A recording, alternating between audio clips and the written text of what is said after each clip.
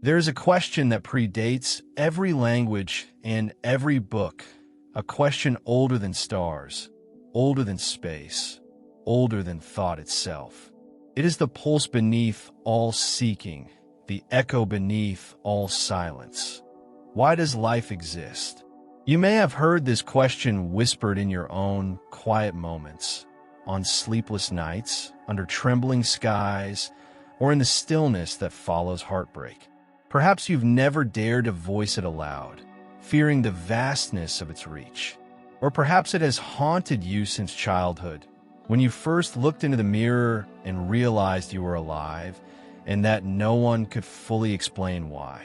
Some say life is an accident, a flicker of chemistry in a cold and indifferent cosmos. Others claim it was spoken into being by a divine voice, planned before time. But deep down, beyond explanations and creeds, there remains something in us that feels that life is not random, that it breathes with intention, and that we are not strangers in a meaningless universe. The great traditions of wisdom have offered many names for the source of this life: God, Spirit, the One, the Infinite, the Creator. The Urantia Book speaks of the first source and center, the original mind and heart behind all that exists. It speaks of universes not as chaotic explosions, but as songs of order and beauty, composed, not simply occurring. But what if the truth isn't just in the words? What if the truth is in the feeling you get when you look at the sky and sense that it's looking back? What if the question itself is the doorway, and the act of asking is what makes you part of the answer? Some questions are not meant to be answered in words, but in the way we choose to live. Why does life exist? May not be a riddle to be solved, but a call to awaken, a quiet summons that stirs the soul at the edge of every ordinary moment.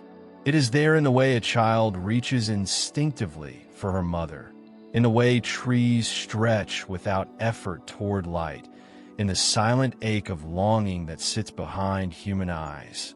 It does not shout, yet it is everywhere. It is the thread woven into every moment of awe, every breath we didn't notice we were taking until it deepened. When we attempt to explain life only with science, we risk reducing the sacred to a sequence of chance. When we retreat into blind faith, we risk bypassing the living mystery altogether. But between these two extremes, there is a path, quiet, luminous, eternal.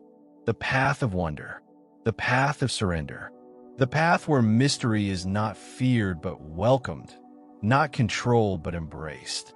On this path, life is not a problem to solve, but a flame to tend. The Urantia teachings propose that life is not an isolated phenomenon, but an intentional act of divine artistry.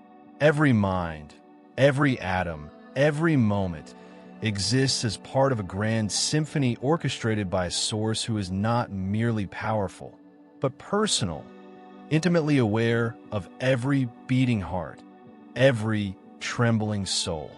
According to these teachings, existence itself is the expression of God's desire to share love, to extend truth, to multiply beauty through living beings. You are not here by accident. You are the echo of a thought older than time. But why this echo found its way into a body, your body, why this thought took on breath and bones and dreams, remains a mystery deeper than galaxies. And yet, the mystery is not empty. It is rich with meaning waiting to be discovered, not through theories or blind belief, but through a new way of seeing. Life is not something we have. Life is something we are becoming, a sacred process unfolding through consciousness, choice, suffering, joy, and love. Everything you've been through has led you here, to this moment, to this question, perhaps not to find a final answer, but to live in a way that dignifies the question. For to live with reverence is, in itself, a response. to love deeply, to suffer consciously, to grow despite the pain. This is what it means to honor the mystery of existence. And maybe, just maybe, that's what we came here to do. There's something within us that has always known this. Even before we had the words, before we understood anything about ourselves or the world, there's a whisper inside, an intuition that we are here for something more. You may have felt it in the quiet rebellion of your spirit when life felt empty, in a hunger that no possession, no achievement, no doctrine could ever fully satisfy. You may have glimpsed it in a moment so beautiful it made you cry, or in a pain so raw it left you exposed to something greater than yourself. That something was not separate from you. It was a reminder, a soft nudge from eternity. We are not merely biological organisms reacting to stimuli in a mechanical universe. We are conscious beings inside a living creation that speaks through symbol, synchronicity, silence, and story. Life is the medium through which the infinite touches the finite. Every moment is a message. Every soul, a spark from the central fire. And every question we carry about meaning, love, death, pain, joy is already known by the source. Not in a cold, distant way, but in the most intimate sense possible. As a parent knows the unspoken needs of a child, as a lover feels the ache behind a single glance. This book is not meant to teach in the traditional sense. It will not tell you what to believe. It will not bind your heart with formulas or insist that its words are absolute.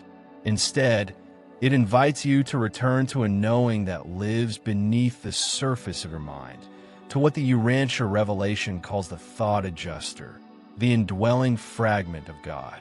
It is through this silent presence within that life begins to unfold not as a puzzle, but as a pilgrimage, a return to origin through the terrain of experience. And so we begin, not with answers, but with presence, not with certainty, but with sacred doubt, not with conclusions, but with the humility to walk into the unknown as if it were a temple, and to let that temple reshape how we see everything. Life exists not to be possessed or conquered, but to be met, to be loved, to be witnessed. It is not a thing. It is a relationship between the seen and the unseen, the self and the source, the finite and the eternal. To live, then, is not only to breathe. It is to participate in the unfolding of something immeasurably vast, something that includes you completely, yet transcends you entirely. And in this paradox, this exquisite tension between being and becoming, perhaps we begin to see why life exists at all. You're not outside this story. You're not watching life happen from a distance. You are it. You are the question walking, the answer unfolding, the soul remembering itself through the taste of time. You are the instrument through which the universe becomes aware of itself. And this awareness is not a flaw in the system. It is the system's purpose. The fact that you wonder is not a weakness of the human mind. It is the signature of the divine within you. And every time you pause to feel that, to sense that you are more than flesh and memory, you are returning home. The path you are walking, this winding, imperfect, luminous path, was not meant to be straight or easy. It was meant to awaken you. Every detour, every heartbreak, every failure has not pulled you away from your purpose, but carried you deeper into it. The soul grows not in the absence of difficulty, but through it. Life does not exist to make us comfortable. It exists to make us conscious. And now, with your heart open and your attention soft, you are ready, not for answers that end the journey, but for truths that deepen it. What follows is not a dogma or a map, but a mirror, a way of seeing the ordinary as holy, the temporary as timeless, and the painful as purposeful. The teachings of Urantia, the whispers of mystics, the insight of psychologists and philosophers. They are not separate streams, but currents of the same river. And that river has always been flowing toward the sea of meaning that you've felt just beyond the horizon of your comprehension. So let us walk now, together, into that sea, not to master it, but to dissolve into it. Not to name it, but to experience it. Not to control it, but to surrender to it with reverence and awe. For perhaps the truest answer to why life exists is not a sentence you can write or speak. Perhaps the truest answer is a life fully lived, a soul fully awakened, a heart fully open. And if you've made it here, if something in you is leaning in, listening, it means you're already on the path. The question brought you. The question shaped you. The question became you. And now, finally, you are ready to remember. There is a silence in the universe that is not empty, but listening. A stillness so vast it hums with hidden intention, as if every star were the note of a symphony too ancient to be heard in a single lifetime.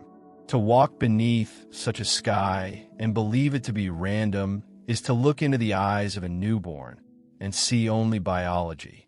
There is something more, something intelligent, watching, remembering.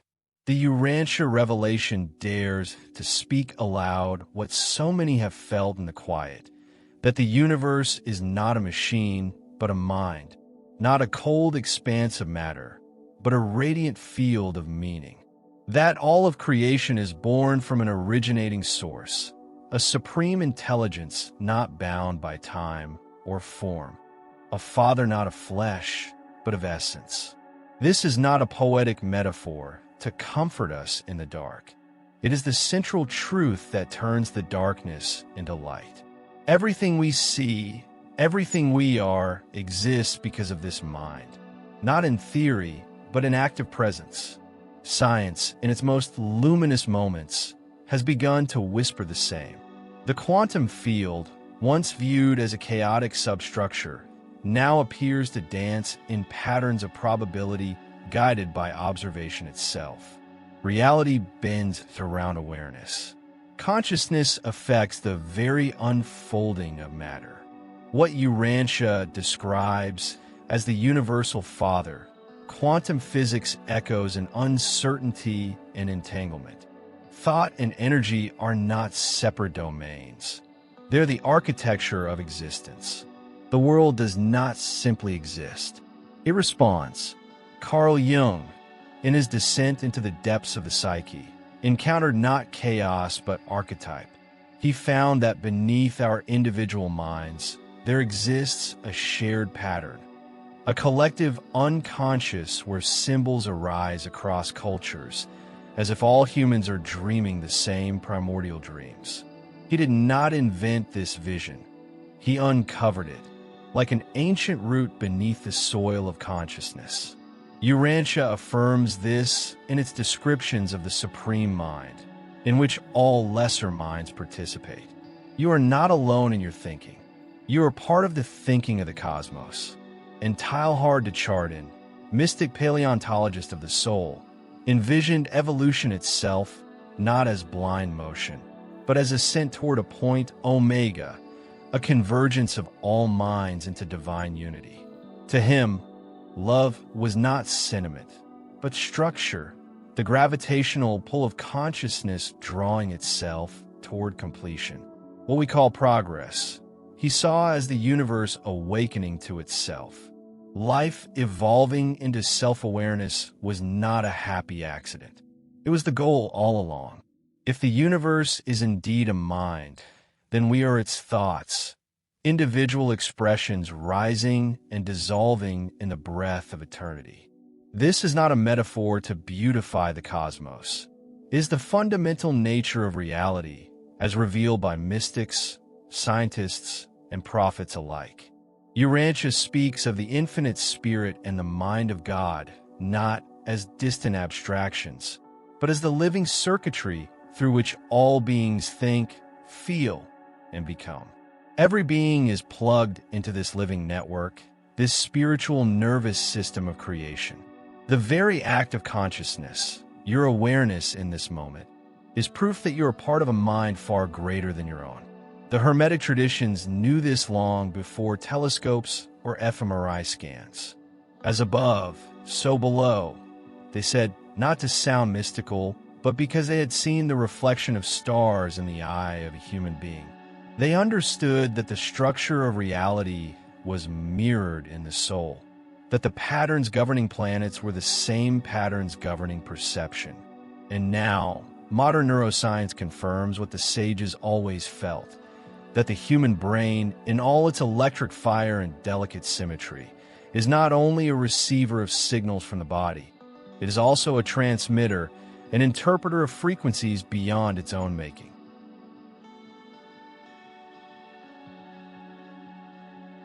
To study the brain is to study a cathedral carved from stardust, built not just to survive, but to seek.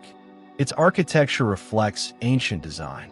The triune brain, with its layers of instinct, emotion, and reasoning, is not an evolutionary accident, but a symbolic map of spiritual evolution.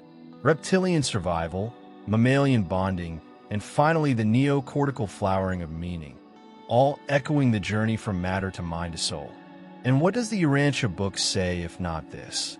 That mind is the bridge between matter and spirit, the place where the temporal touches the eternal. When you look at the brain, you're looking at the memory of the universe attempting to know itself. And when you think, when you truly reflect, question, imagine, you are participating in the very act that created galaxies, not imitating it, continuing it. The Father does not think once and rest.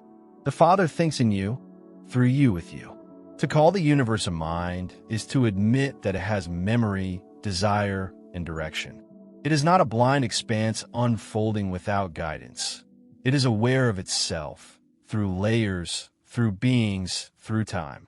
The Supreme Mind, as described in the Urantia Book, is not a detached intelligence overseeing reality from afar, but the very intelligence in reality, pulsing through every atom, whispering through every unfolding event. The Universal Father does not sit above creation. He is the origin and the immanence within it. He is not a king demanding worship, but a presence inviting participation. Teilhard saw it in the fire of evolution. That life does not merely adapt, but aspires, always reaching toward complexity, unity, consciousness. Every cell, every species, every culture moves not randomly, but rhythmically, like waves drawn toward a distant shore. And where science sees entropy, he saw a divine magnetism, a pull toward wholeness, toward the Christ consciousness, toward a point of culmination where all fragments are gathered. Not the death of the many in the one, but the fulfillment of each part in the presence of the whole. This same intuition lives in Jung's depth psychology. He understood that symbols arise not from fantasy, but from a shared substratum of the human psyche that mirrors something universal. The collective unconscious is not beneath us. It is within us and beyond us at the same time. It is the blueprint behind the dream, the divine architecture behind language, myth, and mythos. And what is an archetype if not a cosmic fingerprint? What is the self, as Jung called it, if not the echo of the original source, pulsing at the center of the human being? The mind, then, is not limited to the brain, and the brain is not limited to matter. We are not just observing the cosmos. We are woven into its intelligence. And this intelligence does not speak in human words. It speaks in motion, in instinct, in the geometry of galaxies, in the fire of intuition, in the quiet conviction that something inside us is connected to something immeasurable outside of us. It speaks through the very fact that we care to ask why. The stars do not explain themselves, yet we long to understand them. The heartbeat does not speak, yet we feel its truth in our chest. This longing, this bridge between the seen and unseen, is the language of a universe that thinks, feels, and invites us into its thoughts. To view existence as mere mechanism is to amputate its mystery. The machinery may be intricate, the formulas precise, but beneath all function lies an intention so intimate it defies measurement. In the Urantia teachings, creation is not a clockwork cosmos, but a living body, nourished by spirit, animated by will. The universe is not neutral, it is loving. Not passive, but interactive. The Supreme Mind is not a concept. It is the container of all concepts, the mind within which all other minds awaken. This is not a claim reserved for theology. Even physics, when pressed to its limits, begins to admit its wonder. The double-slit experiment shows us that matter behaves differently when observed, as though waiting to be seen, waiting to respond to consciousness. Entangled particles remain linked across vast distances, as if the cosmos maintains an inner conversation beyond time and space. And what is this if not an echo of the Urantian vision? A universe threaded with intelligence, participation, and relational order. As we peer into the vastness, we find not disorder, but design, spirals and galaxies that mirror the spirals of seashells, the golden ratio etched into leaves and limbs, the same sacred geometry whispering from atoms to stars. These are not accidents. They are signatures. The Hermetic sages once said, God geometrizes. Perhaps they were right. And perhaps our recognition of that geometry, our awe, is itself a sign that we were made to perceive the mind that made us. If this is true, then the human brain is not simply an organ, but an altar. Not merely a tool for survival, but a gateway into communion. Its capacity to imagine the infinite, to ponder death, to question the void, to feel beauty so deeply it brings tears. These are not byproducts of evolution. They are invitations from something greater, reminding us that we belong not just to Earth, but to the mind behind it. We are not outside the universe, observing it. We are inside its awareness, made of its thoughts, shaped by its longing to know and to be known. When the Urantia text speaks of the thought adjuster, it does not speak of a distant angel or abstract force. It speaks of a fragment of the source placed lovingly within you, a compass of consciousness designed not to control you, but to gently remind you who you truly are. And who you are is not separate from the whole. You are the whole, learning itself through the particular. You are not lost in a meaningless ocean. You are the wave remembering the sea. The mind within you reflects the mind beyond you, and the two are not strangers. They are family. They are flame and light. They are silence and song. The brain, that crown of neural stars beneath the bone of our skull, reflects more than the need to survive. It reflects the need to awaken. Each of its hemispheres, each synaptic spark, mirrors a deeper structure, a cosmic architecture encoded not only in matter, but in meaning. When we dream, we step into archetypes that feel older than ourselves. When we meditate, we sense a silence that seems to know our name. And when we suffer, we are forced into the very crucible where the ego breaks, and something eternal begins to surface. These are not mere psychological patterns. They are the signs of a consciousness being shaped by something beyond it, yet profoundly within it. It is here that Urantia, Jung, Teilhard, and the mystics find one another, not in contradiction, but in chorus. All speak of a mind that is more than our own. All describe a reality that is not inert, but relational. All agree that the human being is not an isolated fluke, but a luminous point in a vast and sacred web. To know the self is to begin to trace the mind that holds all selves. To touch the soul is to graze the fabric of the universe.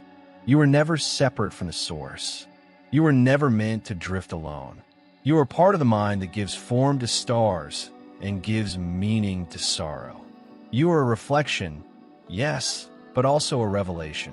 The universe did not give you consciousness by accident. It gave you consciousness because it needed a way to look back on itself with wonder. And now, Here you are, thinking, feeling, reaching, remembering. This is not the end of thought. It is the beginning of one. For if the universe is a living mind, then life is the act of listening. Listening not just to facts, but to mystery. Not just to answers, but to the voice beneath all answers. The voice that speaks without words. The voice that speaks in you. In the beginning, before form took shape, before breath moved through lungs or eyes learned to open, there was a stirring, not of particles or heat, but of intention, quiet, weightless, invisible. Before there was life, there was will. Not human will, not mechanical inevitability, but something vaster. A will that dreamed galaxies into being and called forth not just mass and motion, but meaning. And so life did not appear suddenly, like lightning striking water and inventing awareness. Nor did it fall randomly from the stars, flung by accident across the void. According to the revelations of Urantia, life began not by chance, but by choice. The formation of inhabited worlds was not left to chaos. It was entrusted to the care of divine architects, creator sons, each a unique expression of the universal Father, sent forth into the galaxies to sow the seeds of life with love and precision. Each world, then, is not a failed experiment or a random anomaly. It is part of a living tapestry, guided and watched over, with purpose sown into its very particles. The Creator Son of our local universe, known in the Urantia teachings as Michael of Nebadon, did not impose life upon this world. He nurtured it into emergence, like a gardener tending to sacred soil. The planet we call Earth, Urantia, was chosen, prepared, and developed in alignment with a divine pattern, a cosmic order far more intricate than any genetic code. And yet, that order did not deny the unpredictable. It embraced it. Life was not placed like a statue. It was breathed into being like a flame. It was given freedom to grow, to adapt, to stumble forward through time and tension. This is why we see struggle in nature, chaos in beginnings, pain in progress. It is not evidence of lifelessness. It is the sound of life learning to stand. To view life only through the lens of accident is to strip it of its sacred architecture. It is to believe that meaning is something we invent, not something we inherit. And yet, even in the most atheistic corners of science, there remains a reverence, an unspoken awe at the sheer improbability of existence. The precise constants of the universe, the balance of forces, the emergence of consciousness from inert matter. These are not the footprints of chaos. They are the patterns of a cosmos that remembers what it's doing. The Urantia teachings remind us that this remembering is not passive. It is active. The intelligence that governs biogenesis, the beginning of life, is not a distant supervisor, but a personal force working from within. Life emerges not as a surprise, but as an inevitability in the presence of spirit. The Creator Sons do not impose life. They invite it by preparing environments in which the potentials of energy and mind may converge in harmony. What follows is not random. It is relational. It is the unfolding of possibility in a womb designed to hold it. And still, there is room for wildness. Freedom is not excluded from this process. It is honored. The unfolding of life on each world is a unique story, shaped by chance only in the sense that love allows spontaneity. Even on Urantia, a world marked by delay and distortion, the thread of intention is never lost. It runs quietly beneath the mutations and extinctions, beneath the storm and struggle, never forcing, always guiding. In this way, life is not a controlled equation. It is a dance between the divine will and the unpredictable motion of becoming. The philosopher may ask, if purpose exists, why is there so much disorder? But the question presumes that order must be rigid to be real. In truth, what is most alive is also most dynamic. Life learns, it stretches, it reaches toward light through pain and imperfection. This is not proof against design.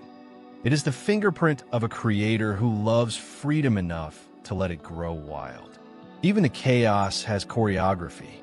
Even the accidents are absorbed into the song. When we speak of intelligence in the origin of life, we are not referring to a human-like planner drafting blueprints in a celestial office. We are speaking of a presence that pervades, that breathes meaning into pattern and awareness into possibility. The intelligence behind biogenesis is not mechanical. It is poetic. It does not control evolution with a tight grip. It whispers it into existence like a mother guiding her child by simply standing close enough to be felt. The Urantia Book describes the mind of the infinite spirit as the channel through which the energy of the Father and the form of the Son flow into creation, not as rigid laws, but as living principles, waiting to be actualized by time and experience. In this view, the rise of life on a planet like Urantia is not the outcome of cosmic dice rolling. It is the consequence of an ancient longing, the longing of the Creator to be known through beings capable of love, thought, and growth. Cells divide not only because it is biologically advantageous, but because they are part of a sacred choreography. DNA carries information, yes, but beneath that information lies intention, encoded not by chance but by consciousness. The materialist framework has offered valuable insights into the mechanics of life, but often fails to ask why such mechanics were possible in the first place. Why do atoms organize into molecules, and molecules into systems, and systems into sentience? Why does the universe lean toward complexity as if pulled by a magnetic thread toward greater self-reflection? These are not scientific questions. They are philosophical, spiritual, existential, and they point toward a source that is not neutral. To believe in randomness is not itself a neutral act. It is a belief about the nature of reality, a belief that excludes deeper meanings for the sake of what seems observable. But not all that is real can be observed. Not all that is true fits within the equations. Life, in its essence, is not reducible. It is relational, emergent, sacred. And to look into its unfolding with reverence is to begin to see that behind every breath, behind every leaf and limb and heartbeat, there is a will, not to dominate, but to express, not to calculate, but to reveal. There are moments when the boundary between science and spirit grows thin. Moments when the complexity of a single cell evokes not just curiosity, but reverence. When the improbability of a planet sustaining life feels less like luck and more like love.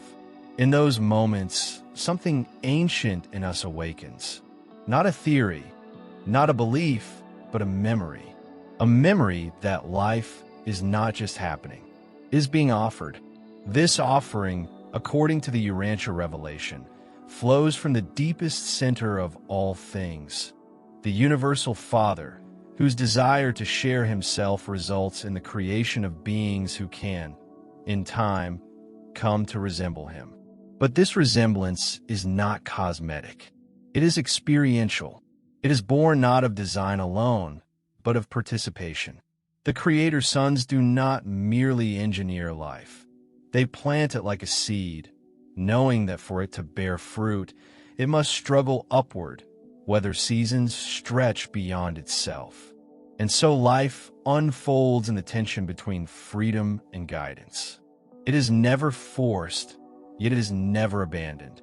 The hands of the Creator are invisible, but their fingerprints remain in the very laws of energy, the symmetry of natural forms, the irrepressible rise of sentience. Even in apparent randomness, there is rhythm. Even in mutation, there is motion toward complexity.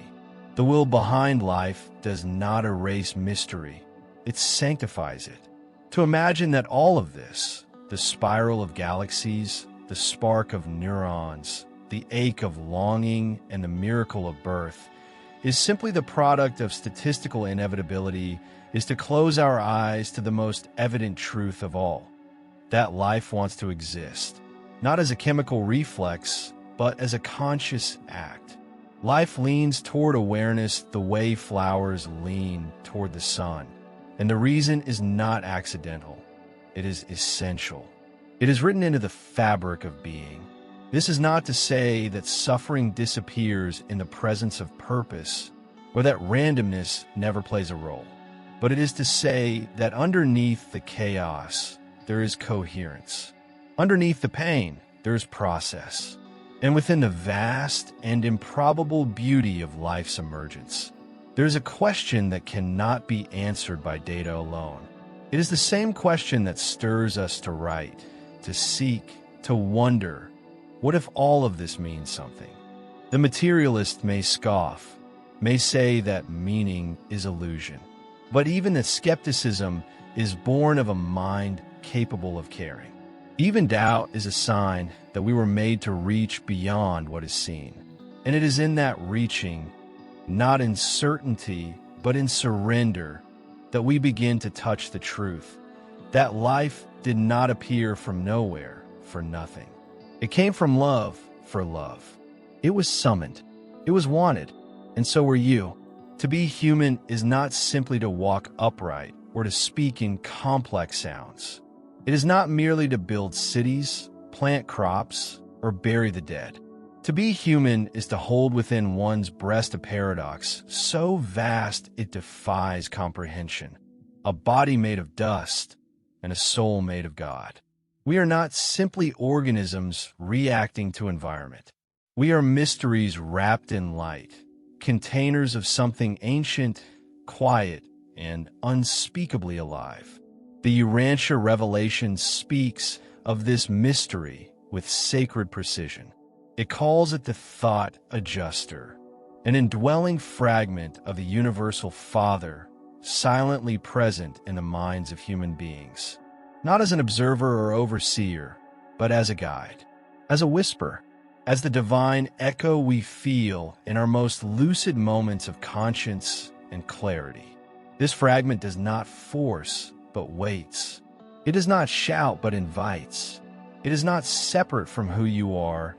It is the deeper I that you've always known was watching, feeling, remembering from behind the veil of personality. The Greeks intuited this truth long before it was written in any revelation. Plato taught that the soul does not learn, but remembers. That all true knowledge is the soul recalling what it already knows.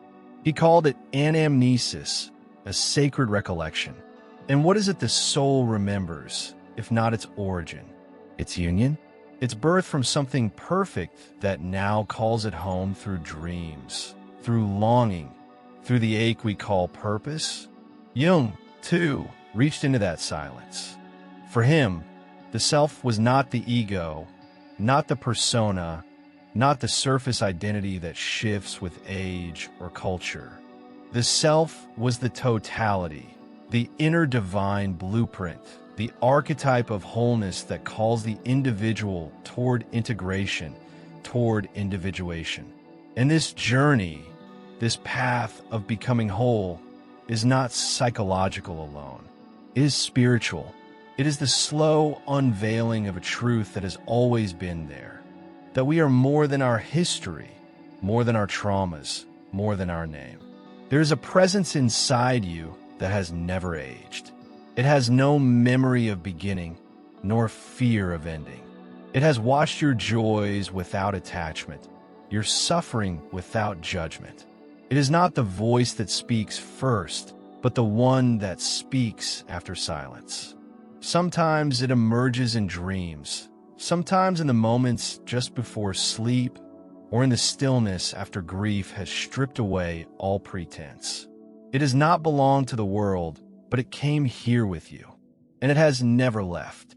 The Urantia teachings name this presence the thought adjuster, but you have known it by other names: intuition, higher self, inner light, soul. It is the unshakable witness of your life, placed within you not to record your behavior, but to partner with your becoming. It brings no creed, only invitation, no dogma, only a quiet flame. It does not demand belief. It waits for remembrance. The human journey, then, is not only biological or even emotional. It is ontological, a gradual remembering of who you truly are and who you have always been. You are not here to become something else. You are here to return to what was never lost, only hidden. The soul does not seek to escape the world, but to illuminate it. And the body is not a prison, but a vessel, sacred, temporary, necessary. To understand the human being is to understand that consciousness is not confined to the skull. It radiates, it reaches, it participates in something cosmic. You're not simply affected by the universe.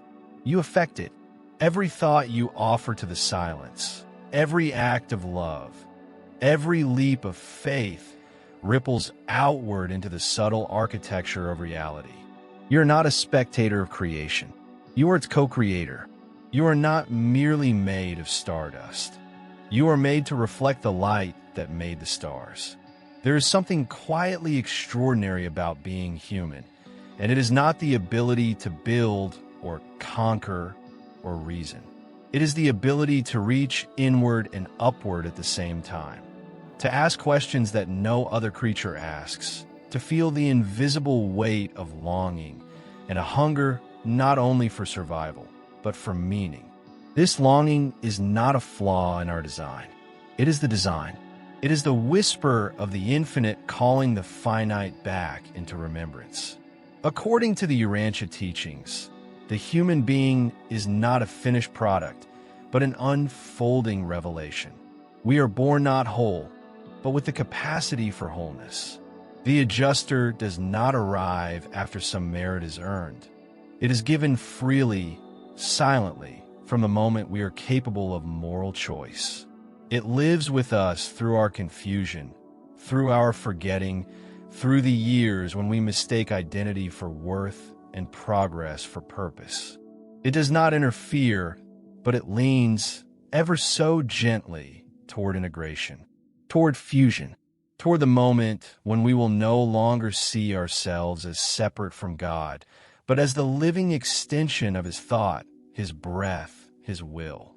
Jung intuited this process in his understanding of individuation, that the journey of a life is not to perfect the personality, but to encounter the self, not to control the mind, but to allow the deeper structures of the soul to emerge and reshape the surface. He saw the human psyche as a constellation of conscious and unconscious elements always moving toward synthesis. He saw our dreams not as noise, but as messages from a greater mind within us, symbols from the soul attempting to guide the waking self back to its origin. The ancient philosophers, too, recognized this inward return.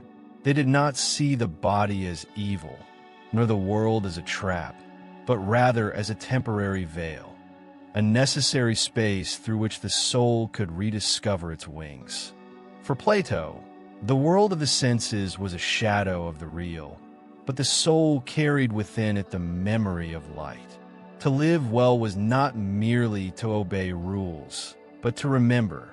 And to remember was not to recall facts, but to realign with the truth of one's divine nature.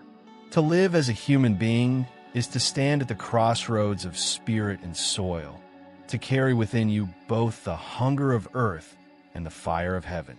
It is to be a microcosm of the universe, a conscious synthesis of the visible and the unseen.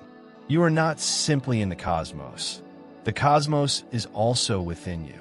The stars that shine above your head are the same stars that pulse through your bloodstream, just as the source that governs galaxies also rests, patiently, inside your chest. The human being is not only an effect of divine intention. You are its extension. You are not separate from the sacred, awaiting permission to be holy. You are already the place where the infinite meets the intimate. Your breath is borrowed from the breath of God, and your thoughts are heard in places far beyond this world. The journey of life is not a test, but a transformation, not a maze, but a mirror, slowly polishing itself until it can reflect the face of its maker. Each experience, whether filled with joy or with sorrow, is a step along this sacred unfolding. The thought adjuster does not measure you by how quickly you ascend, but by how deeply you are willing to grow. And growth is not always upward. Sometimes it moves inward. Sometimes it is stillness. Sometimes it is surrender. The path of a soul is not linear. It spirals just like galaxies. It expands just like light. And in the end, it always returns to where it began. Not in space, but in essence. You're not lost. You have never been. Even in your darkest hours, the divine within you has not abandoned its vigil. The self you seek is not far away, not locked behind layers of complexity. It is beneath the noise, beneath the fear, beneath the name you were given and the stories you believed. And when you touch it, truly touch it, you will know without words that you have always been more than a person. You have always been a presence, a spark, a mirror, and that mirror was never meant to reflect just you. It was made to reflect the infinite. There comes a moment in every life when the light grows quiet, when the familiar loses its shape, and a silence enters that no sound can reach. It may come as loss, as heartbreak, as illness, as despair. It may come suddenly or grow slowly, like dusk fading into night. But it comes. No one escapes it. Not the enlightened, not the faithful, not even the innocent. Suffering is not the exception. It is the thread that runs through every soul's becoming. And yet, even as it wounds, it awakens. Pain does not arrive to punish. It arrives to reveal. The Urantia revelation speaks of life as a sacred school, a place where souls are formed, not sheltered. In this school, suffering is not the enemy of meaning. It is the doorway into it, not because suffering is good in itself, but because within it, something essential begins to break open. The ego, so carefully constructed, so protective and small, cannot survive deep sorrow. And in its breaking, the soul begins to breathe. Viktor Frankl, who endured the unthinkable in the shadow of the Holocaust, wrote not of bitterness, but of meaning. He found in suffering not a reason to despair, but an invitation to choose. Those who have a why to live, he said, can bear almost anyhow. He did not deny the horror of pain. He transfigured it by asking not how can I escape this, but what can this ask of me? And in that shift, he touched something eternal, the human capacity to transform suffering into soul. The Buddha, long before, sat beneath a tree and refused to move until he saw clearly the roots of human anguish. He did not preach escape. He preached awakening. He saw that suffering, while inevitable, was also the very path through which attachment is burned, illusion is shed, and clarity is born. In the crucible of discomfort, the mind quiets, and what remains is not emptiness but presence. A presence that sees life not as a trap, but as a mirror. In the Christian mystical tradition, suffering was never viewed as meaningless. It was seen as fire, not to consume, but to refine. The saints and poets did not romanticize pain. nor did they flee it. They sat with it, walked through it, allowed it to carve rivers into the stone of their hearts until something softer began to flow. St. John of the Cross called it the dark night of the soul, a place where all consolations vanish and the spirit is stripped bare of illusions. But he also called it a passage, not a destination. The night was not the end. It was the space through which God was silently remaking the soul. In Urantia's vision, this process is not reserved for mystics or monks. It is universal. Every human life is touched by pain, and in that touch is the signature of a deeper transformation. The Father does not send suffering as punishment, but neither does he remove it when it becomes inconvenient. He honors it as part of the soul's education, an opportunity for the finite to grow toward the infinite by discovering strength it didn't know it had. When the outer structures collapse, the inner ones emerge. When all else is taken, what remains is what is eternal. And so we begin to understand that the purpose of life is not to avoid pain, but to become conscious through it, not to numb, but to feel more deeply, not to harden, but to open. Suffering is not a detour from the spiritual path. It is the path winding through the terrain of ego, identity, fear, and longing until it arrives at something raw and radiant, the soul as it truly is. Not polished, not perfect, but awake. There's a paradox here, a sacred contradiction. That which we most resist is often what frees us. That which breaks us open also builds us new. And though no one seeks suffering for its own sake, those who have passed through it with open hearts often say the same. I would not have chosen it, but I would not undo it. For it brought me to myself, to God, to the silent center I had forgotten. There is a strange tenderness that often follows deep pain, as if the soul, having walked through fire, becomes more transparent to the light. The world doesn't change, but the way we see it does. What once seemed ordinary now gleams with silent presence. A tree, a face, a moment of stillness. Suddenly these things feel sacred, not because they are new, but because we are. Suffering has stripped away the noise, and what remains is clarity. A clarity that is not about knowing more, but about needing less. It is the clarity of presence, of being, of recognizing that even in the dark, we were never alone. Urantia's wisdom holds this with reverence. The path of spiritual ascension is not about escaping struggle. It is about becoming more deeply ourselves through it. It is the Father's will not to shelter us from every storm, but to accompany us through them in silence, placing within us the capacity to grow through everything we were never taught to understand. The adjuster does not shield us from grief or fear. It stays. It whispers. And when the soul is ready, it guides us not around the pain, but through it, until we are shaped not by what broke us, but by what endured. This is the mystery the mystics knew, that in the deepest suffering, something eternal is born. The ego cries for answers, for escape, for justice. But the soul listens differently. It listens for presence. It listens for the trace of meaning that pain alone can reveal. And often, what it finds is not explanation, but transformation. Not certainty, but peace. Not resolution, but surrender. A surrender that doesn't give up, but gives in to life, to God, to the truth that some of the greatest awakenings happen in the dark. You are not your suffering, but your suffering has shaped you. It has hollowed out places in you that light now fills. It has taught you to sit still with questions, to walk without answers, to trust what cannot be seen.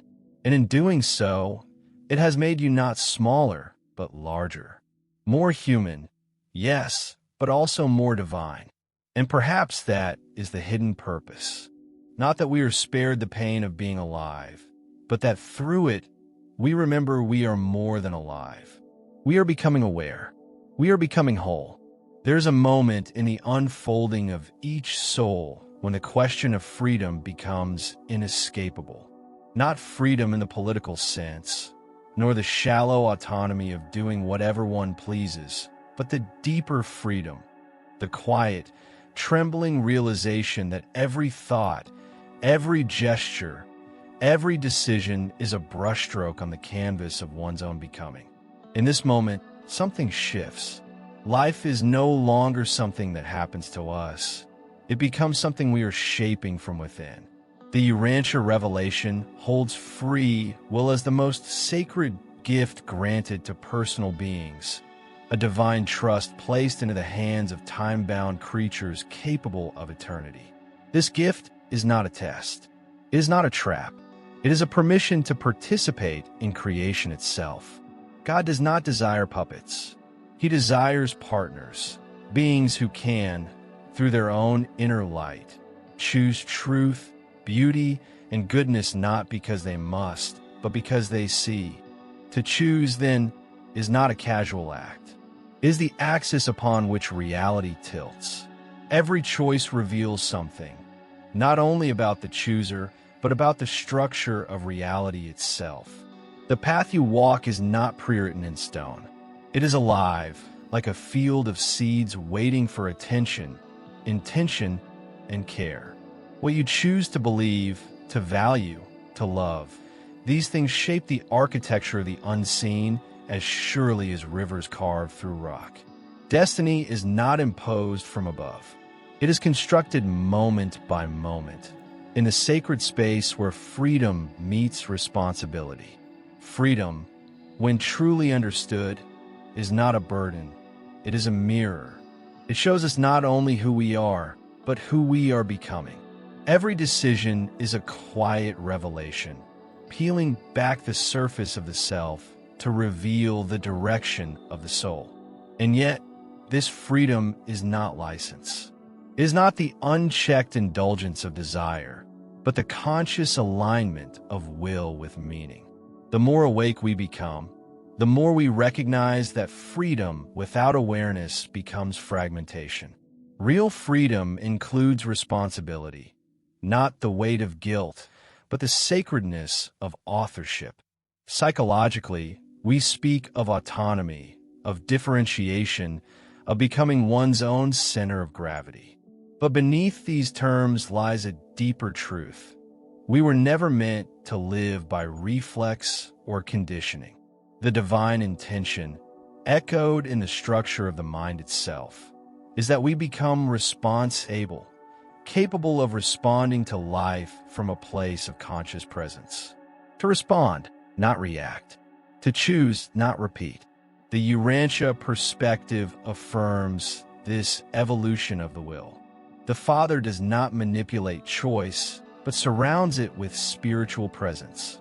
The adjuster does not override, but offers the possibility of clarity, whispering through conscience, through intuition, through longing. The soul, when it listens, begins to shape a life that is not driven by impulse, but by inner coherence. In that shaping, we do not merely adapt to reality. We participate in it. We co-create it. And in that co-creation lies the mystery of karma, not as punishment meted out by an external judge, but as the natural unfolding of choices made in a field of meaning. What we call karma is not retribution. It is continuity, a thread of cause and effect woven through time, returning not to punish but to teach. Every act, thought, or omission ripples outward, touching the fabric of the soul's own journey. The consequences are not arbitrary. They are invitations to awareness, echoes that lead us again and again to the threshold of transformation. Destiny is not a script handed down from some celestial archive. It is not a path carved in stone, but a garden that responds to the gardener. There may be patterns, potentials, energies set in motion before birth, but none of them remove the dignity of choice. The future is not fixed. It waits. It listens. It responds. In every moment, 1,000 paths lie hidden beneath the surface of what is, each waiting to be summoned by the decisions of a conscious soul. To live is to plant seeds with thought, water them with action, and harvest them through time. This is not a metaphor. It is the structure of reality. The Urantia revelation calls us collaborators with the divine, not because we are perfect, but because we are participating. The universe is not something done to us. It is something being done with us. Every soul, through its will, contributes to the evolution of the whole. Every act of goodness strengthens the circuitry of spirit. Every act of deception or fear muddies the stream. But even the mud is not wasted. The soul learns. The universe learns through the soul. And so we come to understand that fate is not a sentence. It is a conversation, a living dialogue between the self and the source. A sacred reciprocity in which God offers presence, insight, and love, and we respond with choice, with growth, with willingness. There is no punishment here, only process. No judgment, only reflection. You're not being watched to be evaluated. You're being watched to be accompanied. And what you choose to become is not for the sake of approval, but for the fulfillment of what you already are, a seed of the infinite learning to bloom in time. This is why free will is not only a gift, it is a responsibility, not one to fear, but to cherish. To know that each day is not just survival, but creation. That the soul is not merely passing through life. It is shaping reality from the inside. That even in the smallest decision, the fingerprint of eternity may be found. And that destiny is not some distant prize, but the shape your spirit takes when love becomes conscious in you. Before form, before light, before the first vibration echoed through the void, there was love. Not love as we often speak of it, not as longing or romance or fleeting feeling, but as presence, as origin, as breathless stillness containing all things in waiting. Love was not created. Love is the cause of creation. It is the first motion and the final rest, the beginning and the return. All things arise from it. All things are held by it, and all things will dissolve back into it when the dance is done. We often imagine love as something human, an emotional state, a biological drive, a social bond. But these are only its shadows. The true nature of love is cosmic. It is not something we feel in the heart. It is the reason the heart exists at all. The Urantia teachings declare this with bold clarity. That the Universal Father is not merely a source of intelligence or power, but of unconditional love. Love not given in exchange, not contingent, not earned, but woven into the very fabric of what is. Love is not what God does. Love is what God is. And because of that, all things that arise from Him are infused with this law, not by command, but by being. Just as gravity holds planets in orbit, love holds souls in motion toward their source. It is the force that unites what is separate, that heals what is broken, that remembers what has been forgotten. It is not fragile. It is not weak. It is the strongest law in existence, not because it overpowers, but because it draws all things back to truth. To say that God is love is not a metaphor. It is a metaphysical reality. In the language of Urantia, the Universal Father is not merely the architect of galaxies or the source of law. He is the wellspring of a love so total, so intimate, that it resides within every particle of creation. This love is not limited by perception or condition. It does not withhold itself when we falter. It is not withdrawn when we forget. It is constant, like light that never stops shining, even when we turn our eyes away. This love is not only transcendent, it is immanent. It does not hover above creation untouched. It enters into it. It moves through time and body and breath. It is the presence behind the adjuster within, guiding each soul not by pressure, but by presence. Not by force, but by resonance. Love does not need to prove itself. It only asks to be felt. And when it is, even for a moment, everything begins to realign. Neuroscience, in its growing sensitivity, has begun to glimpse this. Studies of compassion reveal that love is not merely a social instinct. It activates the deepest centers of connection, empathy, and meaning in the human brain. Acts of kindness light pathways associated not just with pleasure, but with purpose.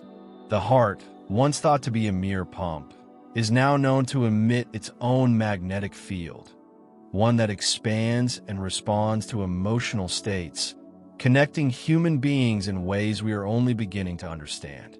And beneath these discoveries is something ancient, something the mystics always knew, that love is a frequency, not a fantasy. That to love is not just to feel, it is to tune in to the rhythm of the cosmos. Urantia speaks of this rhythm in grand terms, yet its implications are deeply personal. Love is not an occasional grace. It is the sustaining field in which all souls move. Separation is an illusion of perception. In truth, all are bound in love by love for love.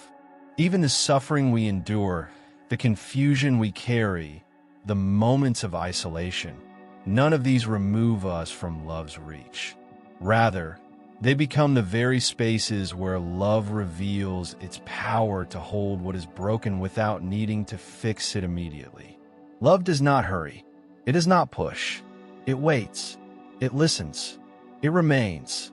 Love is not something we must acquire. It is what remains when all that is false has been peeled away.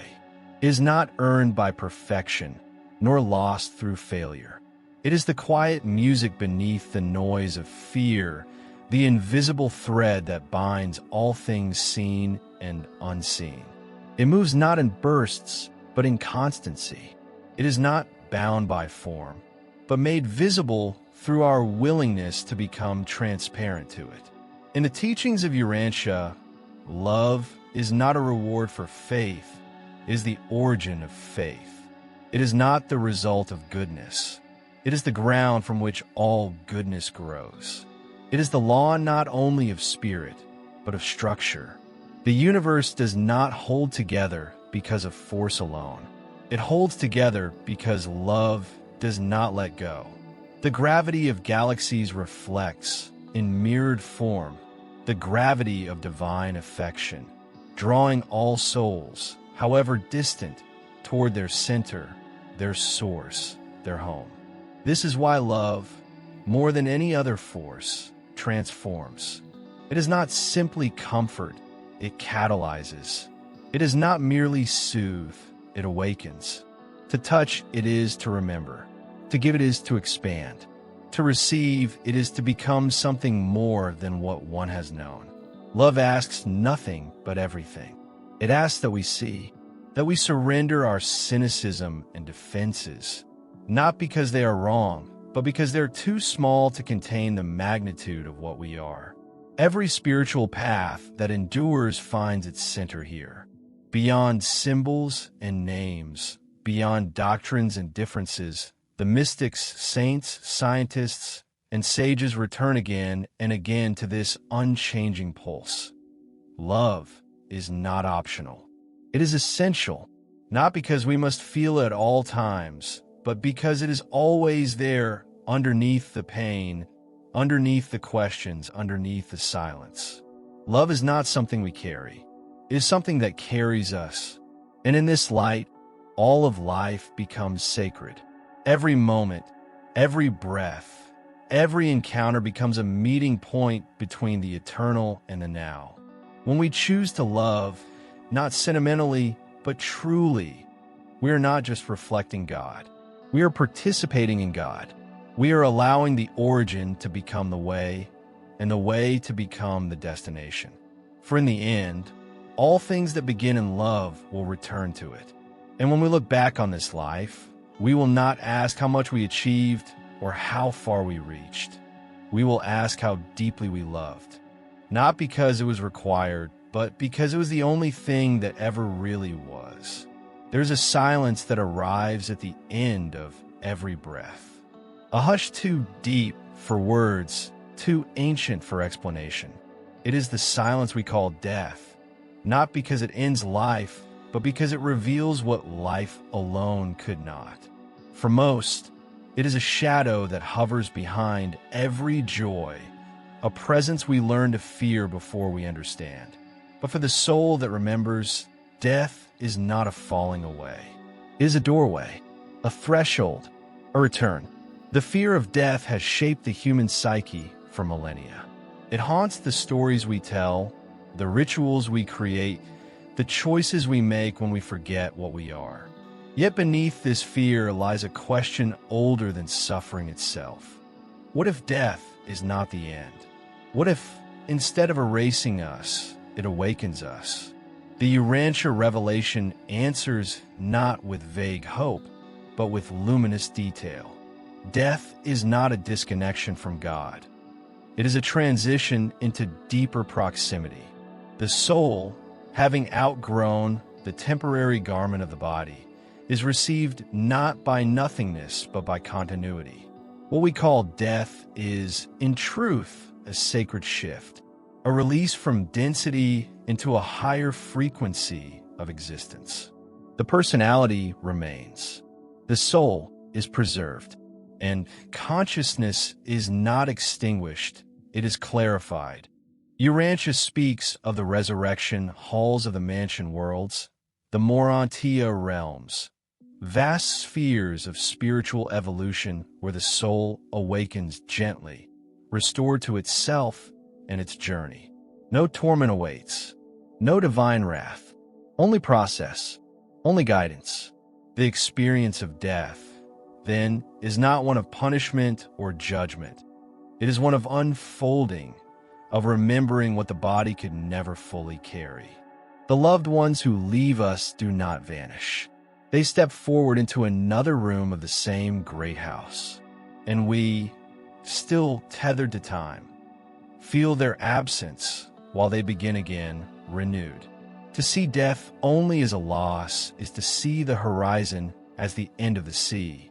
The body is finite, yes, and with its final breath, the senses fall silent. But the soul was never confined to the body. It wore the body like a cloak, useful, expressive, but never eternal. And so, when the cloak is laid down, the soul does not vanish. It is released.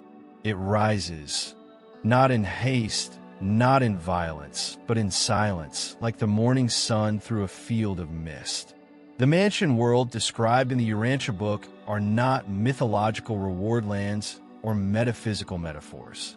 They are living spaces of transition and healing, realms designed for the slow, steady remembrance of what has always been true, that we are eternal beings, unfolding across dimensions of meaning, growing not toward perfection, but toward ever-deepening relationship with the divine. Death is the beginning of a new phase, not a final chapter. It is the lifting of a veil, the soft opening of an inner door. The mystics of every tradition have touched this knowing. From the Tibetan Book of the Dead to the early Christian contemplatives, from Sufi poets to Eastern sages, there echoes a common thread, that death is not to be feared but understood, that the soul is not destroyed but revealed, that the light we return to is not foreign. It is the same light that has lived quietly within us all along. In these moments of insight, fear dissolves, not because we understand the full mechanics of what lies beyond, but because we begin to sense that it is not empty. The space beyond this life is not silence, it is song. It is the voice of the Father calling us home. not as strangers, not as sinners, but as children who are finally ready to remember, ready to continue. What gives life its weight is not its brevity, but its continuity. It is not the fear of ending that sharpens the meaning of a moment, but the quiet intuition that no moment is truly lost. We do not live once. We live continuously through layers of form, through bodies that change, through memories that fade only in matter, not in essence. Death is not deletion. It is deepening, and the soul, having shed the heaviness of flesh, rises not into mystery, but into clarity. This is why the wisest have always called death sacred, not because it is gentle, but because it is real. It strips away the false, the urgent, the unnecessary. It asks us to see with eyes we forgot we had. And if we listen, it begins to teach us not about endings, but about transparency, about what endures, about what we are without roles, without names, without time. Urantia speaks of a universe that receives the dead not with judgment, but with readiness. The soul that continues into the Urantia worlds does not carry shame. It carries its story, and that story is not measured by perfection, but by sincerity, by the willingness to grow, to forgive, to love more deeply with each incarnation of self. The journey does not pause with death. It expands. It becomes more fully itself, as a river becomes sea. To recognize this is to live differently, not with urgency, but with reverence. When death is not an enemy, life becomes more tender, more radiant, more honest. We no longer cling to what is passing. We participate. We no longer fear the silence. We listen to it. And in that listening, we begin to hear the voice of continuity, not as an echo from elsewhere, but as something already present within us, humming quietly beneath every breath. You are not walking toward an end. You are walking deeper into life, a life that has no final curtain, no vanishing point, only transformation, only return. And when you finally step through that invisible door, you will not be lost. You will be received, not as a stranger, but as something long awaited, as a soul coming home to what it has always been becoming.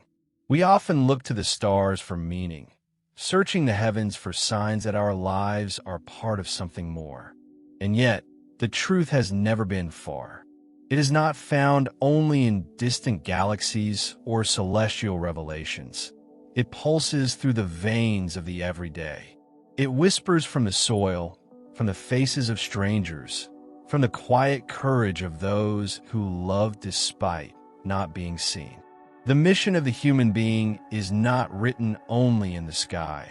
It is lived here in the dust, in the breath, in the sacred rhythm of the ordinary. Urantia teaches that human life is not incidental. It is purposeful. Each soul born into the world carries within it not just personal potential, but cosmic meaning.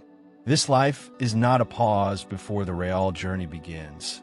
It is the journey, a chapter in the soul's eternal becoming. Yes, but one that carries particular weight. To be human on this planet, at this time, is to stand at the intersection of history and destiny, of chaos and transformation. The world is not yet what it will become, and we are not here as spectators. We are here as participants. The development of Earth is not separate from the development of its inhabitants. The planet evolves as its people awaken. And while large shifts may occur across centuries, the true evolution happens in unseen places, in acts of kindness that no one applauds, in quiet forgiveness, in the steady choosing of truth in a culture built on illusion. These are not small things. They are the very currency of spiritual progress. The elevation of the world begins not in systems or governments, but in consciousness. And consciousness begins with you. To live on Earth is not a coincidence of time and biology. It is a calling, a cosmic opportunity disguised as daily existence. We are not born merely to observe the movement of the world, nor simply to survive its challenges. We are born to shape it, to serve it, to become conscious threads in the fabric of its unfolding destiny. And this service is not a grand performance. It is not about accolades or recognition. It is found in how we show up, fully, sincerely, day after day, in the places where love is most needed and least expected.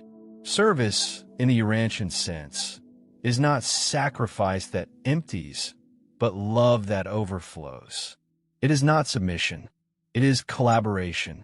It is the alignment of the human will with the divine desire to uplift, to unify, to bless.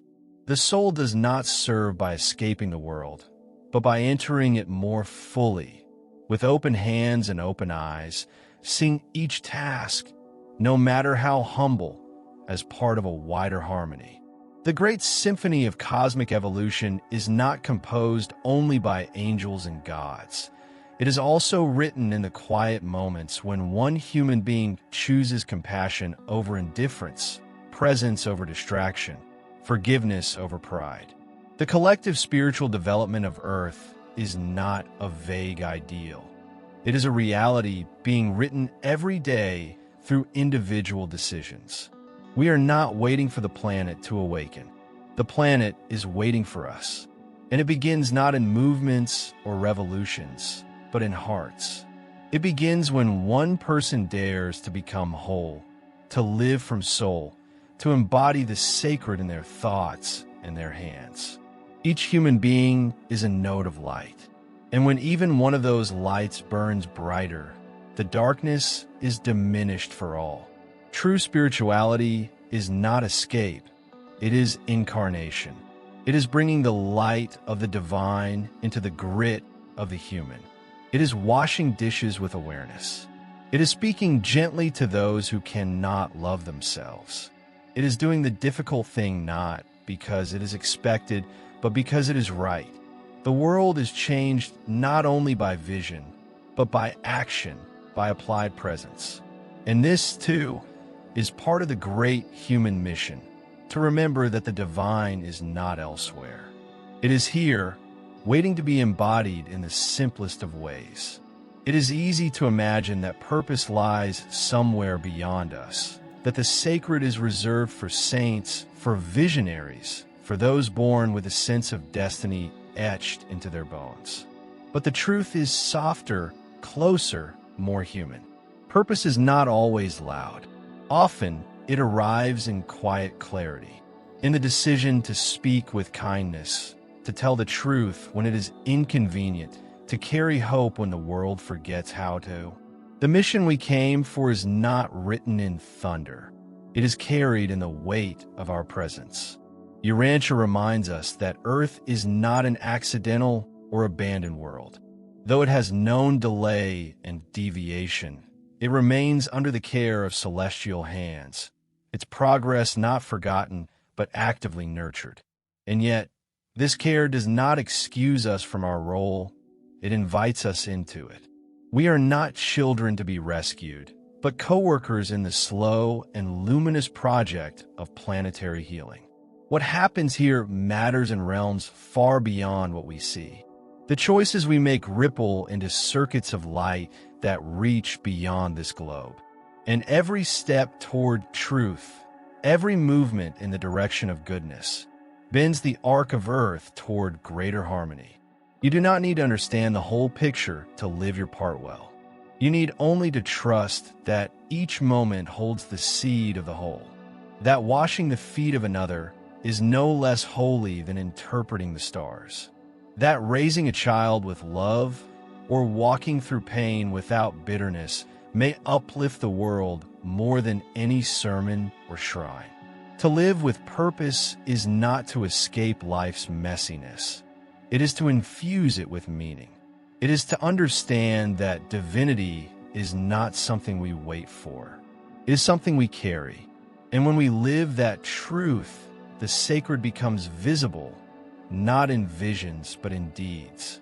This is the human mission, not to reach for some distant heaven, but to make heaven more real on earth, to love when it is hardest, to serve without being seen, to act as though every soul is sacred because they are, and to remember always that your life, your simple, complicated, beautiful life, is not just a passing story.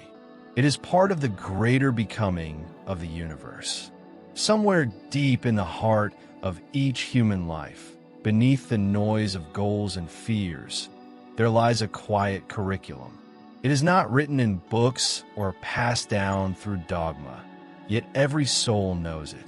We're not here merely to survive, to achieve, to gather and perform. We are here to learn, not with our minds alone, but with the entire field of our being. Life is not a test. It is a classroom of the sacred, and every moment, whether joyous or shattering, carries a lesson chosen not by accident, but by design. The soul does not measure time in years, but in depth. It learns through contrast, through repetition, through silence and surrender. It learns through love given and love withheld, through betrayal and healing, through wonder and through waiting, and does not rush. The most important lessons cannot be forced into growth. They must unfold like petals opening only when the light is right.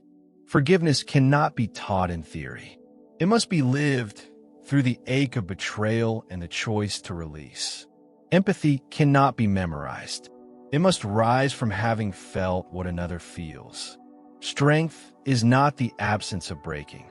It is the rising again, wiser, softer, stronger. Urantia does not speak of reincarnation in the traditional sense, but it affirms the continuity of the soul's growth through many stages, across dimensions and realms of increasing refinement. The mansion worlds are not rewards, they are schools, places where the soul continues to learn what Earth could not complete. But what we begin here matters. Nothing is lost. No pain is wasted. Each insight earned in this world is carried forward like a flame, lighting the next step, the next state, the next layer of becoming. Time, in this sacred classroom, is not a jailer. It is a gentle teacher. It does not ask us to race, but to return. Again and again, life circles us back to the same wounds, the same patterns, not as punishment, but as invitation.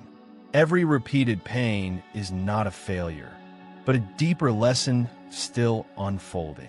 And as we begin to recognize the echoes, we become students not of circumstance, but of meaning. What once broke us becomes what opens us. What we once resisted becomes the doorway through which grace enters. Some call this process karma. Others call it soul contracts or sacred agreements. And though Urantia reframes reincarnation, it does not deny the soul's enduring progression. It speaks instead of ascension, a journey of growth through many realms, where lessons begun in flesh are completed in spirit. The soul is not erased at death, nor judged in finality. It is remembered, honored, carried forward by divine intelligence into environments suited for its next stage of learning. The soul is not punished for not knowing. It is guided until it does. This is not the economy of fear, but of mercy, of patient evolution. Every encounter, every sorrow, every coincidence is an unseen lesson plan. The stranger you meet may be a reflection of something you once were. The pain you carry may be the very thing that awakens someone else's healing. Nothing is random. Every experience, even the ones that seem cruel or pointless, is infused with potential. Life is not here to break you, but to shape you into the version of yourself who remembers why you came. The soul, like a seed, carries within it the memory of its origin. It does not come to earth empty. It comes veiled, yes, but not erased. The longing we feel for something beyond this world, the strange familiarity in certain places or people, the inexplicable call toward beauty, compassion, and truth. These are echoes of the center. We did not begin here, and we will not end here. But here, in the density of matter, the forgetting is necessary. It allows us to choose, and it is in the choosing that we remember. Every act of forgiveness cracks open a hidden chamber of light, not because the other deserves it, but because the soul cannot carry the burden of resentment and still fly. Forgiveness is not weakness, it is mastery. It is the alchemy of turning wounds into wisdom. Empathy, too, is not inherited. It is grown. It is the fruit of our own suffering, ripened into understanding. And resilience is not the absence of pain, but the weaving of meaning through it. These are the lessons not written in language, but etched in the heart. Plato whispered of anamnesis, the soul's remembrance of truths known before birth. In this, he touches the same current that Urantia reveals, that we are more than flesh, more than brain, more than culture. We are spirit temporarily bound to matter, and life, in its mystery and mundanity, is the slow unraveling of that spirit back into awareness. We're not here to become something new, but to remember what we are. In every relationship, every loss, every unexpected joy becomes a breadcrumb on the path home. Life is not linear. It spirals. It brings us back to places we thought we had left, not to punish, but to deepen. What we could not face at 20, we may embrace at 40. What once shattered us becomes a sacred threshold. The soul is patient. It does not demand perfection. It asks presence, to show up, to try again, to open even when it hurts, especially when it hurts. In this spiral of return, the center is never truly lost. It is within us, pulling gently with each breath, each tear, each awakening. Some will call it God. Others source, the oversoul, the divine spark. Names are not what matter. What matters is that it is real, and it waits, not in the sky, but in silence. Not in the distance, but in the now. The soul's curriculum is not measured in achievements, but in depth, in how fully we loved, in how bravely we forgave, in how truthfully we became who we are. Even death is not the end of the classroom. It is but a change of scenery. The soul continues. The lessons evolve. And always, always, the great teacher walks beside us, sometimes in the face of a stranger, sometimes in the still voice within. There are no wasted lifetimes, no failed experiments, only different chapters in a single, radiant story of return. In the end, we are all learning to come home. To return is not to regress. It is to remember. And the remembrance is not of something once learned, but of something that always was etched into the luminous silence of the soul before the winds of time began to stir the cosmos. The great journey spoken of in Urantia is not one of miles or lifetimes, but of frequencies, of inner awakenings that ascend through dimensions of meaning and love. Each step taken toward the source is also a step inward, toward the hidden sanctuary of the divine self. In this vast, living universe, this intelligent body of the supreme mind, the soul is never idle. It is always being called. In the pages of Urantia, we are told of the ascending mortals who evolve from the dust of primitive worlds to the radiant courts of Havona. Each stage not a reward but a refinement, a purification of the self through experience, wisdom, service, and spiritual longing. Life is not a prison from which we escape. It is a chrysalis from which the eternal self emerges, winged and awakened, to fly ever upward toward the embrace of the infinite. The thought adjuster, That mysterious fragment of God entrusted to every human being is not a metaphor. It is the quiet presence of eternity within us. It is the compass and the flame, the whisper that says, "Come closer." As we evolve, this divine fragment does not remain distant. It merges, it fuses, until the soul and the Father are no longer two, but one. This is not death. It is not dissolution. It is the highest form of becoming. The soul now, a living extension of the divine will, carrying the echo of the source through all creation. The universe is not static. It is a spiral of ascending purpose, a dance of wills harmonizing through the ages. In Urantia, the journey of the soul is described as a slow but sure passage through cosmic schools, from the early lessons of survival and morality on material worlds to the luminous comprehension of divine values in the Urantia realms. These stages are not merely tests or checkpoints. They're the unfolding of the soul's own remembrance, its gradual reawakening to the truth that it was never truly separate. Each world, each experience, each relationship is a thread in the tapestry of this ascension. We do not evolve in isolation. We evolve as part of a living organism, the grand universe, where each being is a cell contributing to the awareness of the whole. The Father does not demand perfection overnight. He provides the eternal canvas upon which perfection can be painted, stroke by stroke, life by life, until the soul reflects back the very light that first gave it breath. And when the time comes, when the soul has surrendered its illusions and its fears, when it has grown luminous with compassion and full of conscious will, then the fusion occurs. Not in fire or thunder, but in stillness, an eternal vow made between creature and creator. The soul no longer needs to search for God, because it has become the expression of God. It lives no longer as a seeker, but as a source. And yet, even then, the journey is not over, because the infinite is never exhausted. The return to the source is not an end.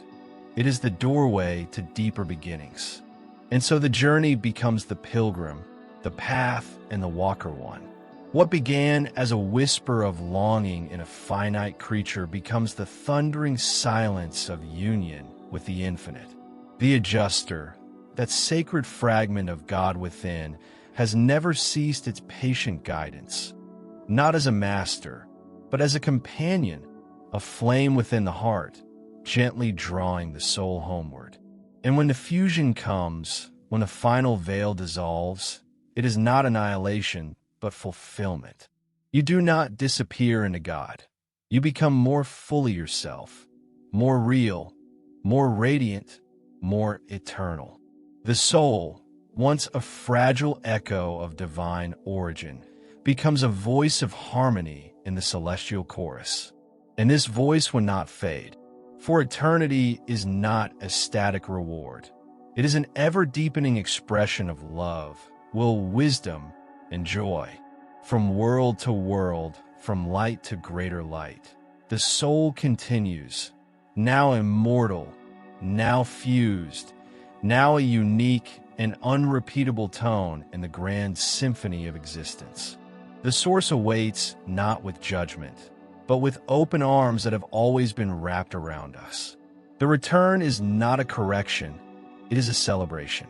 All of life, every tear, every prayer, every act of courage has been leading to this moment of reunion, when the child of time rejoices in the arms of eternity. And even then, the story does not end, it ascends. Because in this universe of love, there are no final destinations, only doorways to greater becoming, only the endless flowering of truth, beauty, and goodness. The soul does not reach a wall. It steps through another gate, into a new mystery, into a higher joy, into the embrace of an infinite God who forever invites us further, deeper, higher. We sought answers. We asked the stars, the sacred texts, the depths of science, and the stillness of prayer. We questioned the meaning of existence, the origin of life, the purpose of suffering, the reason for death, and the path of the soul. And now, at the close of the journey, the answer arrives, not as a word, but as a presence, not as a conclusion, but as a living breath. Life itself, to live with open eyes, to walk through the ordinary with sacred attention, to see every moment as an invitation to love. This is the revelation we were seeking. Not a fixed doctrine or final proof, but the realization that each heartbeat is an affirmation of belonging. The universe does not require us to solve it. It asks us to participate in it, to dance with its mystery, to reverence its silence, to create beauty even when we don't understand. The great paradox remains. The mystery is not erased, it is deepened. But something within us has shifted. We are no longer afraid of not knowing, because now we trust. We see that to be alive is already to be chosen, to be beloved, to be essential in the unfolding of the whole. Every soul, every story, every scar contributes to the sacred tapestry of time. And to live, truly live, is to respond with awe, with gratitude, with surrender. There is no map more reliable than the compass of a soul in communion. No theology more complete than the act of presence. No path more divine than the courage to be fully human. And so, the invitation lingers, not as a command, but as a whisper. Be here. Be real. Be whole. You are never outside the sacred. You are never apart from the divine. You are the answer looking for itself. And if you enjoyed this content, please comment where you're from, share it with someone you love, and subscribe to the channel. It's important to us. Every day we bring new videos to nourish the soul.